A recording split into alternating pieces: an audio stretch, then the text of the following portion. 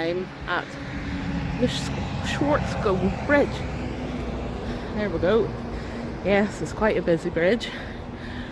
But there's a story to this bridge. I'm down in the South Midlands, East Midlands, with work.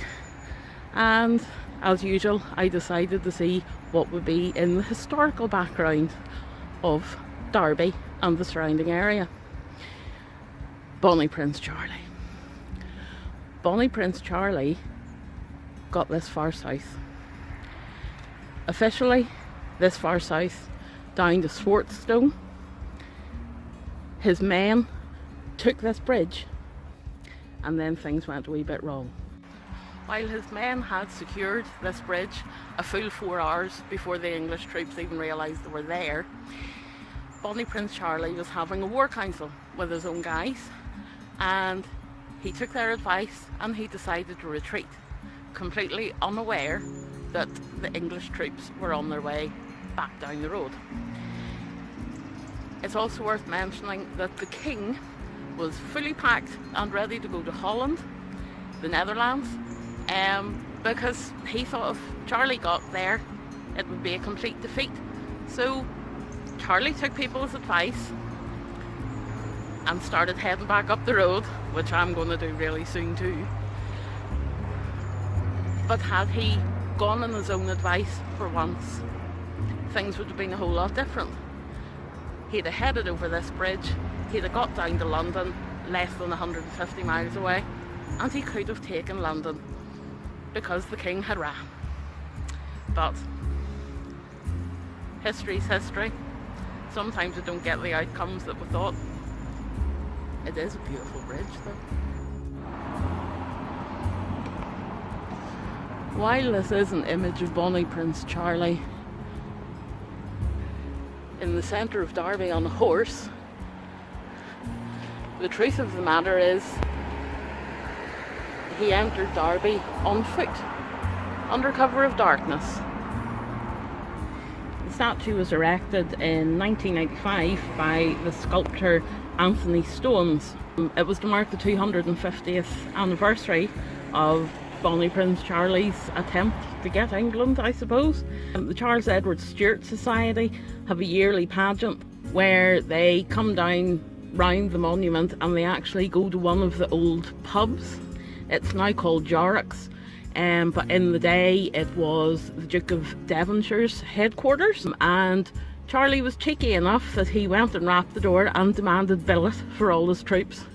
So go him. It's accommodation now, as it was then, but this is where Bonnie Prince Charlie was billeted when he came down towards Derby. This is Ashbourne. We'll go and see where his soldiers were next.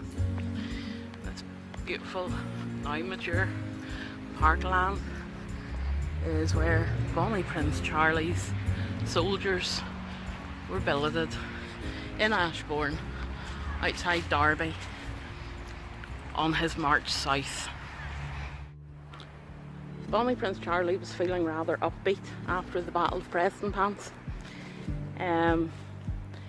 He started marching south and got as far as here, Ashbourne, north of Derby. It's actually very quaint and oldie-worldy, what you would expect an old-fashioned English town or village to be like. We're out on the massive green space here.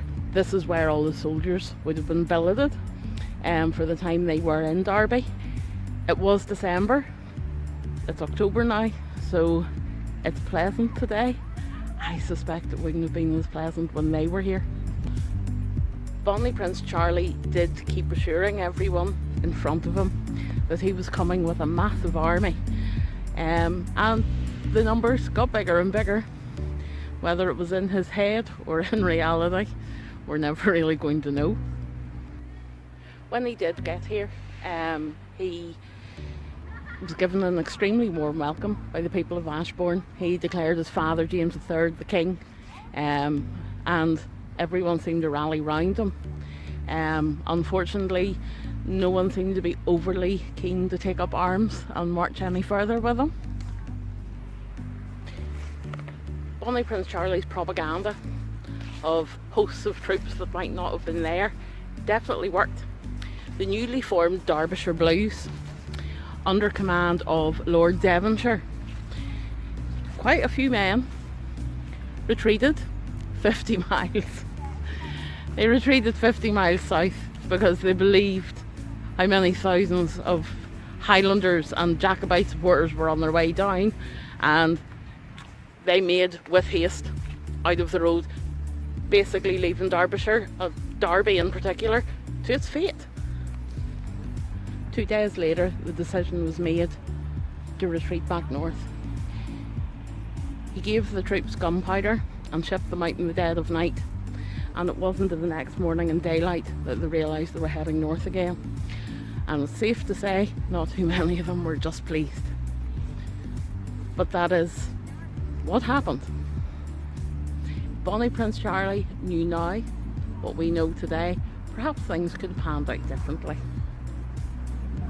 Beautiful spot though.